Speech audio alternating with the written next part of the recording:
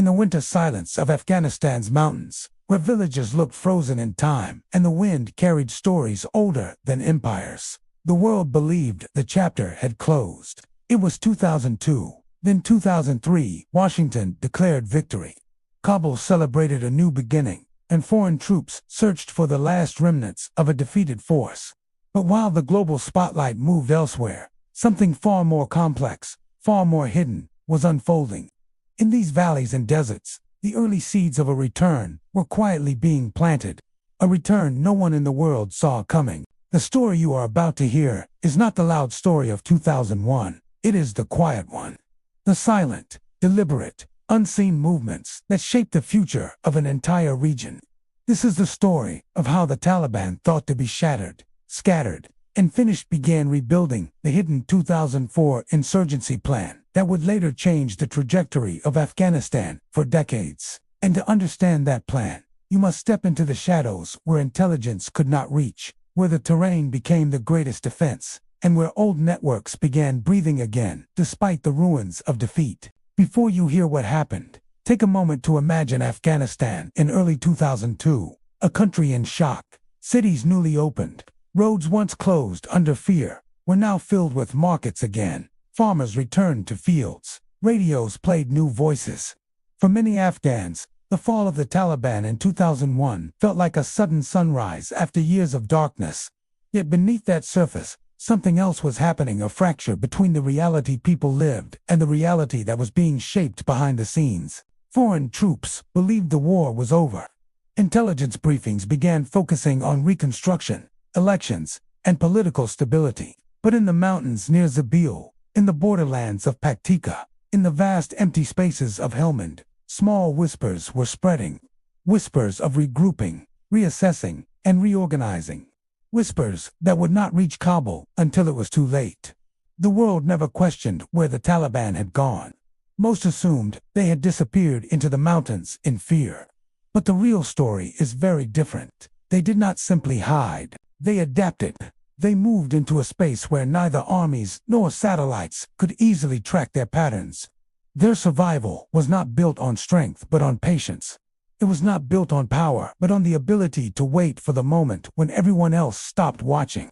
During these early years, from 2002 to 2004, a critical mistake was made by the international forces.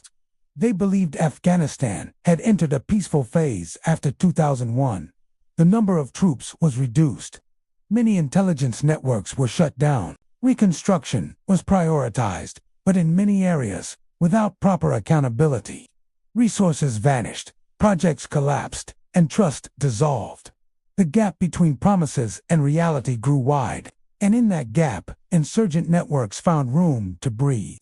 Across the border, the tribal belt became a silent highway, one that no map fully captured, one that neither side fully controlled. Local communities, already disconnected from Kabul's new administration, found themselves unsure of who truly governed their lands. Some received help from new officials. Others felt ignored. In this uncertainty, old alliances and grievances resurfaced. The question that historians still debate today is simple. Did the Taliban plan their 2004 return from the very beginning? Or did the conditions around them create the opportunity? The truth is likely a mix of both. When a movement rooted in ideology and tribal loyalty loses a conventional war, it does not always lose its influence. And many fighters who had once been part of the Taliban structure retreated, not because they accepted defeat, but because they understood survival. By 2003, foreign intelligence began noticing small signs. A checkpoint attacked here, a convoy ambushed there, a local elder threatened, but these were brushed off as isolated incidents. A few hundred fighters at best, they said. Nothing organized, nothing coordinated. But those few hundred had something far more important than strength, time. In the villages of southern Afghanistan, especially the rural belts, people felt increasingly distant from Kabul. Promised roads were unfinished. Promised electricity never arrived. Corruption grew. This is the part of the story few documentaries tell, the failure of local governance that left many communities vulnerable to influence. When no state fills the vacuum, someone else will. The Taliban understood this deeply, and slowly, step by step, they began returning not through force, but through influence.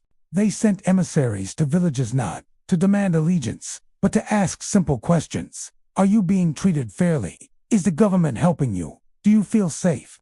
These small conversations were not random. They were the early signals of a rebuilding strategy grounded in understanding local grievances, not just fighting battles. By mid-2003, messages were being passed quietly through old networks. Fighters who had scattered were asked to regroup in specific regions. The movement was small, slow, and intentionally hidden. The new structure they built did not resemble the rigid hierarchy of the 1990s. This time, the approach was decentralized, adaptive, and based heavily on local commanders. This is why the 2004 insurgency surprised so many experts. It was not a centralized command striking again. It was dozens of small circles operating independently, but tied by the same purpose. That made it harder to dismantle, harder to predict, harder to stop. The foreign presence in Afghanistan during these years became increasingly urban. Most troops remained in major cities, large bases, or strategic locations. But Afghanistan's story has never been written in cities. It has always been written in villages, valleys, and remote provinces, areas where the government struggled to maintain consistent oversight. As governance weakened in those places, the insurgent network grew stronger. But perhaps the most critical turning point in 2003-2004 was the shift in global politics. With the Iraq War beginning, the world's focus split, resources were diverted, strategy became stretched. Many on the ground felt Afghanistan was becoming an afterthought. This change in attention created space for the insurgency to mature. So when 2004 arrived, the stage was set, though almost no one realized it. The attacks that year were not random. They carried a pattern, a message, a sign that a movement once thought destroyed was now evolving into something new. Something more structured, more patient, and more deeply rooted in local dynamics. At this point in the story, you must imagine what it looked like on the ground. Villagers hearing rumors, elders receiving quiet visits, foreign troops noticing shifts but unable to track them effectively. The landscape itself becoming a protective shield for regrouping networks. What seemed like small sparks were, in reality, the first flames of a strategy that would shape the next 17 years. The tragedy is not that the world missed signs, it is that the world misunderstood them. What was labeled a few isolated fighters was actually the early architecture of an insurgency. What seemed like scattered disagreements with local governance were actually cracks forming in the foundation of stability. The insurgent network did not rise because of sudden strength. It rose because the system around it was weakening. And this is where the emotional weight of the story becomes real. Many Afghans, especially those in rural areas, felt unheard. Their complaints were dismissed. Their problems went unresolved. They were stuck between a struggling government and returning insurgents. Caught in a conflict they did not choose. For foreign forces, 2004 became the year the illusion of calm began collapsing. Reports of attacks increased. Convoys became targeted more frequently. Local officials warned that something deeper was changing. But by the time the full scale of the insurgent return was recognized, the momentum was already there. And what you will see in the next batch is how these early roots transformed into a full, organized movement that would eventually reshape Afghanistan's future.